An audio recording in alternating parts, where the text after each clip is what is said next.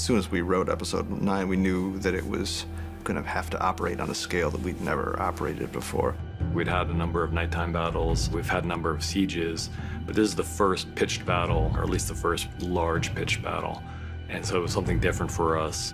All of it is action with almost no dialogue and lots of horses and many extras and a giant. The amount of supporting artists and the size of the crew, how many cameras they've got going, the magnitude of all the sets and everything. It's unbelievable. It was hard. It was a long, long slog. Luckily, we got Miguel Sapochnik back, who was our maestro from Hard Home in season 5. That was basically a massacre. This is a battle. This is the story of a battle. We've never done that before. They really wanted to kind of get into the mindset of what it would be like to be in a battle like that.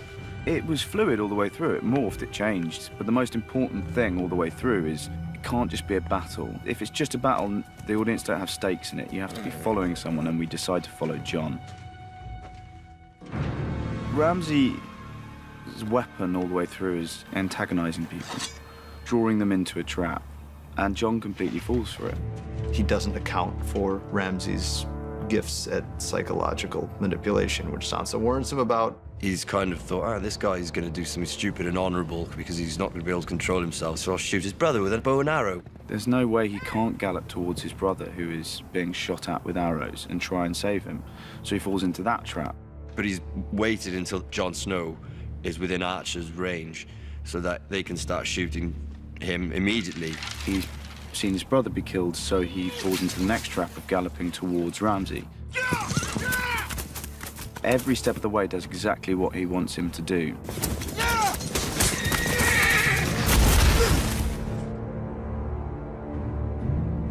Probably my favorite shot of the whole season is when we're behind Jon Snow and he sees that cavalry wall galloping towards him. And part of the reason it's such a great shot is it's all real. That's 40 horses charging full speed at Kit Harington. Until the last minute, I was stood there facing off against this cavalry charge, which is really scary. We're a bit annoyed because I think everyone's going to think it was CGI, and it wasn't. Camilla, our horse mistress, kept asking every year. She said, give me some more stuff to do. Like, this year was boring. It's just people trotting from here to there on their horses. So finally we gave her enough to do. I read the outline and went, wow, okay, this is adventurous. How are we going to deal with this? It's the biggest amount of horse requirement I've ever had on Game of Thrones. We flew over in May to kind of start discussing how we were going to prep it, how many horses we were going to use. We decided on 80 in the end. So when we first see both armies, we'll use 80 on the Stark side, and then we use 80 on the Boltons, so we're using the maximum. Then when we start to clash, we'll split it in half. When we had horses charging past me, those are all real horses. I obviously work very closely with Rowley, putting it all together. And we make channels so it looks like they're clashing, but they're not. The horses are actually just passing through, you know, like 2-foot channels so they can clear out. We are going to make that look as close as possible to a collision without actually colliding the horses. So in very tight formation, we'll have those guys cross and they will pull the horses as they cross through. We're falling them onto very thick falling beds so we don't injure the horses or injure the guys, but we're going to try and make that something that's not really been done before.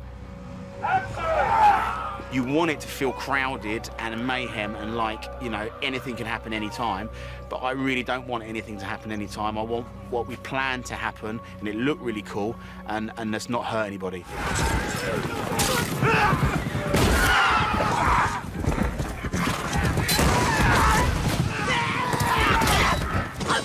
To get across the field and follow the horses at the speed at which they're moving, and horses move really, really fast, you need a special rig, and the Russian arm is just such a fun machine to work with, and it gives you such dynamic shots. It's basically a camera tracking vehicle. It's a remote control arm that sits on a Land Rover in our case. Throughout the Battle of the Bastards, we had a number of tracking vehicles, one of which was the Vampire Bat with the Russian arm on it, on a muddy, slippery field over about 500 or 600 yards with very fast horses. That was the vehicle to chase them properly and get the results we wanted. They worked very well. The results were amazing. Go! Go! Follow your commander! You've got two giant armies that are opposing one another. You know you're not going to have more than a few hundred extras on one side or the other, so you've got a lot of crowd replication. We had a lot of cavalry, a lot of infantry. 1-1, the giant is involved. Most of it would be photographed, but it also needed a lot of digital enhancement. You've got things happening that you can't shoot in any real way. You've got a giant punching out a horse. We shoot horses falling and charging toward one another that we can use as elements, but we start to get into complex areas that we haven't really broken ground with on the series before, where it is fun and exciting, but also very challenging.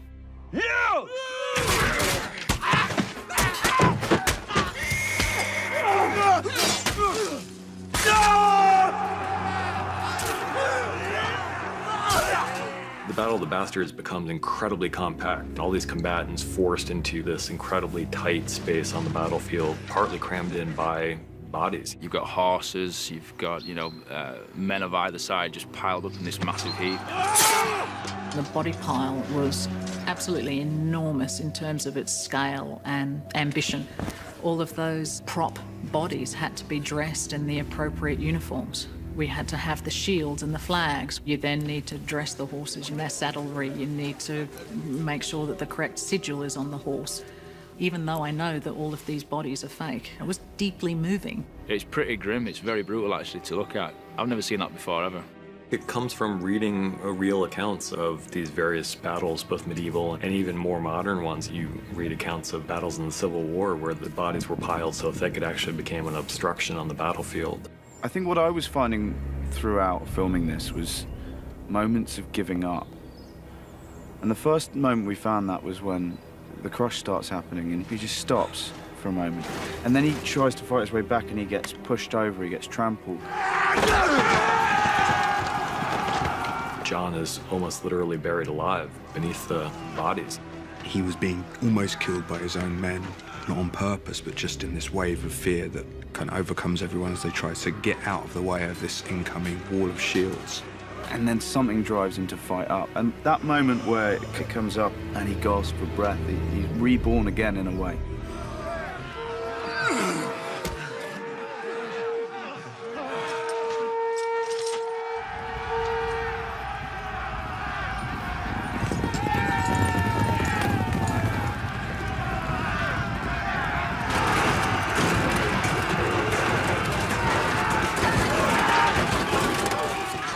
Winterfell's a place that really means so much in the context of the show, and the episode is really about bringing things home.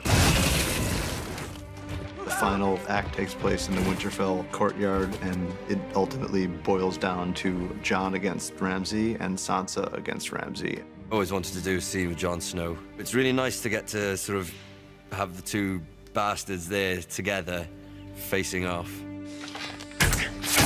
It's a horrible moment when you see your hero go a bit too far.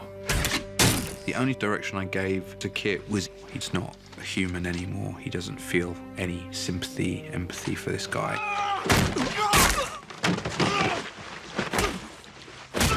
We actually spent an entire day, 10 hours, with Kit on top of Ewan, beating him. And I just shot it from every single angle I possibly could. And what we wanted to try and get with that was that he's just kneading bread. He's just flattening this person's face, and that's what's changed in Jon for me. A monster has risen in him a bit, which I think should be unsettling for the viewers. There's nothing he wants more than to beat Ramsay to death with his own fists, and then he sees his sister. I think Jon then realizes, as he's about to kill him, he's on the verge of death. He realizes this is your fight, this is your guy to kill, because he understands what she's been through. Where is he? It's a very justified ending so that Sansa has the power in the end. Your house will disappear. Your name will disappear. All memory of you will disappear.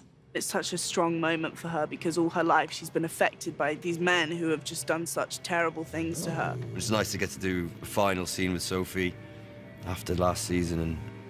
And this is the first moment that you actually hear her say, "This won't affect me and I'm stronger than that." It's my favorite scene.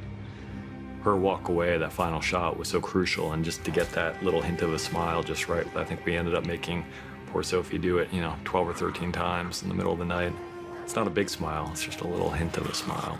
Sophie doesn't say very much, but I think it may be my favorite thing that she's ever done on this show.